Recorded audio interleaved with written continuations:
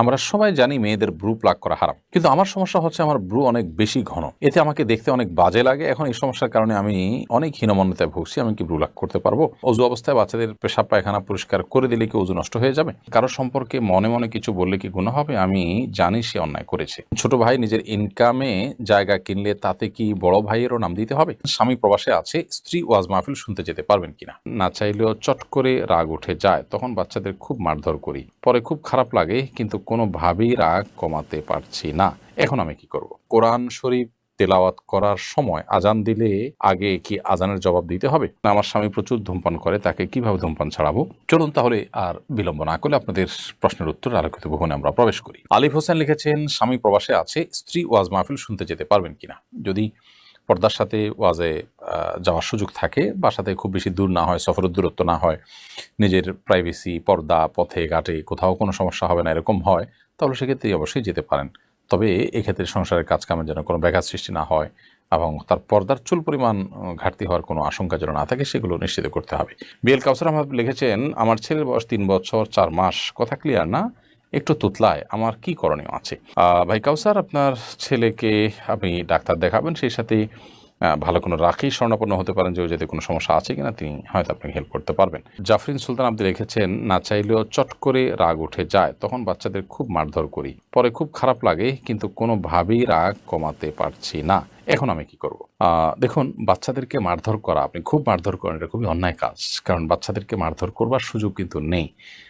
এমনিতে সতর্ক করবার জন্য আপনি দিলেন একটা দুটা, সেটা ভিন্ন বিষয়, কিন্তু খুব মারধর যেটাকে বলা হয় সেটা করার সুযোগ নেই, কারণ তারা বাচ্চা। অতএব এটা তাদের প্রতি অবিচার হতে পারে। বিধায় নিজেকে নিয়ন্ত্রণ করতে এবং সবর করতে হবে। ইমানদারকে আল্লাহ জান্নাত দিবেন তো সবরের বিনিময়ে। আপনার রাগ উঠলো আর আপনি যা খুশি তা করলেন, তার মানে জান্নাত আশা করবেন কিভাবে?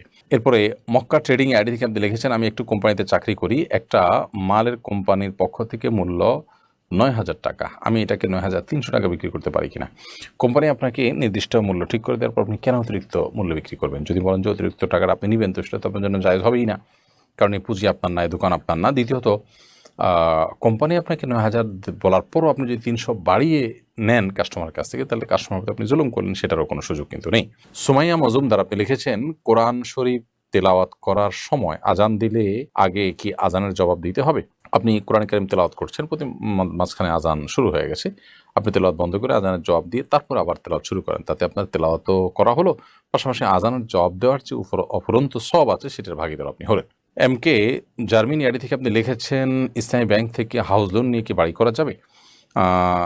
যদিও ইসলামী ব্যাংকগুলো ইসলামী ব্যাংকিংয়ের কথা বলে, কিন্তু সেখানে আমরা জানি যে নানা রকমের সীমাবদ্ধতা থাকে, নানা রকমের ত্রুটি থাকে, সেজন্য এগুলো অ্যাভয়েড করতে পারলে ভালো। যদি আপনি অ্যাভয়েড না করেন, তাহলে সেক্ষেত্রে হাউস লোনের যে শরিয়া স্বীকৃত পদ্ধতি, সেটাই যেন অ্যাপ্লাই হয়, সেজন্য ইমপ্লিমেন্ট হয়, সেটা যেন বাস্তবায়ন হয়, সেটি আপনি নিশ্চিত হওয়ার চেষ্টা করবেন এবং অফিসাররা যেন হুবহু ওইটাই যেন করেন। যেভাবে করলে শরিয়া সিদ্ধ হবে, সেটি আপনি নিশ্চিত করে আপনি করতে পারেন।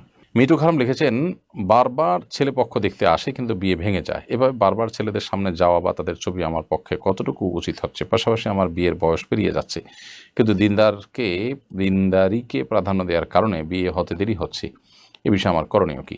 আপনি আপনার চেষ্টা অব্যাহত রাখবেন, পরিবার অব্যাহত রাখবে, এবং বিয়ে না হওয়া পর্যন্ত নিজেকে যদি আপনি কারোর সামনে উপস্থাপনা করেন দেখবার জন্য বা ছবি শেয়ার করেন, এর কারণে আপনার গুনাহ হবে না। হ্যাঁ, খারাপ লাগা কাজ করতেই পারে। আল্লাহ তাআলা আপনাকে মানসিক সান্ত্বনা নসিব করুন, আমরা দোয়া করি, এবং আপনার দ্রুত বিয়ের ব্যবস্থা আল্লাহ তাআলা করে দিন, যদি এটা আপনার নিজের ইস্যু হয়ে থাকে যেভাবে আপনি লিখেছেন। মোবারক হোসেন আপনি লিখেছেন, আমার বিয়ের প্রক্রিয়াধীন, বিয়েতে পাত্রী দেখার সময় কি কি প্রশ্ন করা যেতে পারে বলে আপনি মনে করেন? জানিয়ে বাধিত করবেন। ভাই মোবারক হোসেন, বিয়েতে পাত্রী দেখার সময় প্রথমত দেখা দরকার পাত্রের দিনদারিতা, তিনি কোরআন হাদিসকে কতটা ফলো করে চলেন, আল্লাহর কাছে নিজেকে কতটা ন্যস্ত করেন, কোরআন হাদিসের যে কোনো নির্দেশকে তিনি অকপটে মানেন কিনা। যদি এটা এক মুহূর্তের আপনার সাক্ষাৎকারের মাধ্যমে নিশ্চিত হওয়া কঠিন, এটার জন্য প্রয়োজনে আপনার অন্যদের সাথে যারা তাকে চিনেন ব্যক্তিগতভাবে, তাদের সাথে শেয়ার করতে হয়, তাদের কাছ থেকে জানার চেষ্টা করতে হয় বিভিন্ন অ্যাঙ্গেল থেকে, তিনি কাদের সাথে উঠা বসা করেন সেখান থেকে আইডিয়া নেওয়ার চেষ্টা করতে হয়। আর হাত চৌধুরী লিখেছেন, আমার স্বামী প্রচুর ধূমপান করে, তাকে কিভাবে ধূমপান ছাড়াবো? প্রথমত কোনো ডাক্তারের শরণাপন্ন হতে পারেন, যিনি ধূমপানের ক্ষতিকর দিকগুলো সুন্দর করে বুঝাবেন, কাউন্সেলিং করবেন, সেই সাথে কোনো আলেমের শরণাপন্ন হতে পারেন, দিনী প্রোগ্রামে দিনী আয়োজনে তাকে নিতে পারেন। রমজান মাসের চেষ্টা করলেই ধূমপান থেকে মানুষকে বের করে আনা যায়, সেই চেষ্টা আপনি করতে পারেন, কারণ রমজান মাসে অল্প সময়ের জন্য যারা রোজা রাখেন অল্প সময়ের জন্য সুযোগ পান রাতের বেলায়, ম্যাক্সিমাম রাতের বেলায় তিনি ঘুমিয়ে থাকেন, তারাবি পড়েন, আবার দিনের বেলা তিনি তো রোজা রাখেন, যার কারণে খুব অল্প কয়েক ঘন্টা একটু কষ্ট করে থাকতে পারলেই কিন্তু অভ্যাসটা ছেড়ে দেওয়া যায়।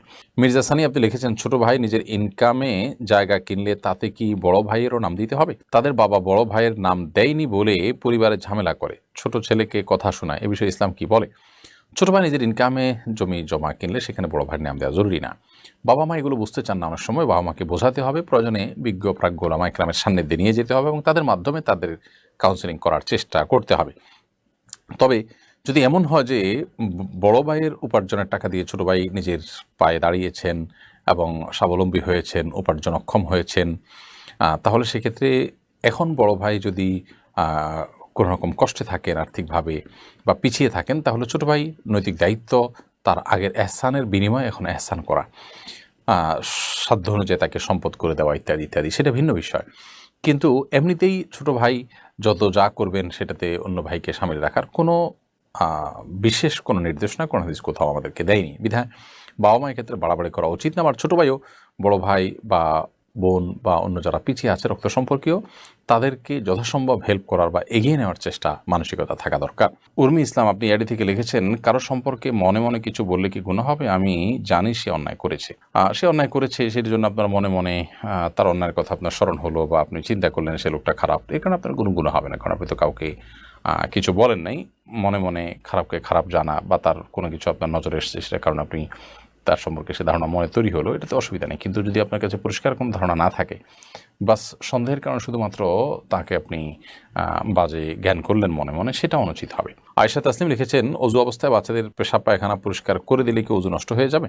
না, বাচ্চাদের পেশাব পায়খানা পরিষ্কার করে দিলে আপনার অজু ভাঙবে না। তবে যদি আপনার হাতে পেশাব পায়খানা পরিষ্কার করতে গিয়ে পেশাব পায়খানা লেগে যায়, তাহলে যে অংশে লেগেছে জাস্ট সে অংশ শুধুমাত্র আপনি ধুয়ে ফেললেন, সেটা হাত হোক, পা হোক বা কাপড় চোপড় হোক, এটুকু যথেষ্ট। বাচ্চা প্যাম্পার্স পরিবর্তন করলেন বা তার পেশাব পায়খানা থেকে তাকে পরিচ্ছন্ন করে দিলেন, এর কারণে আপনার অজু ভঙ্গ হবে না, জাস্ট নাপাক লেগে গেলে সে অংশটা ধুয়ে ফেললে হবে।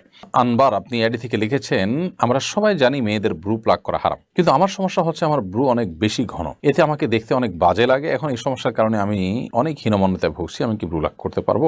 দেখুন, ব্রু প্লাক অনেক ওলামা ইকরামের মতে যদি আপনি সৃষ্টিতে বিকৃতি ঘটিয়েছেন এমনটি না হয়, মানে বোঝা যায় যে আপনি এখানে ব্যাপক বিকৃতি ঘটিয়েছেন অথবা ছেলেদের সাথে সাদৃশ্য হচ্ছে, এরকম যদি বোঝা না যায়, তাহলে সেক্ষেত্রে এটাকে অনেক রকম হালাল বলেছেন এই শর্ত সাপেক্ষে। তো আপনার এরকম পরিস্থিতিতে যে আপনি একটা বাজে পরিস্থিতির মধ্যে আছেন, দেখতে অড দেখা যাচ্ছে, তাহলে সেক্ষেত্রে এটা তো এক ধরনের ত্রুটি বলতে পারেন, রোগের মতো। অতএব সেই জায়গা থেকে ব্রু প্লাক করলে আপনি এই শর্ত মেনে, অর্থাৎ যাতে বিকৃতি বোঝা না যায়, ছেলের সাথে সাদৃশ্য না হয়, সেগুলো মেনে আপনি ইনশাআল্লাহ এটি করতে পারেন।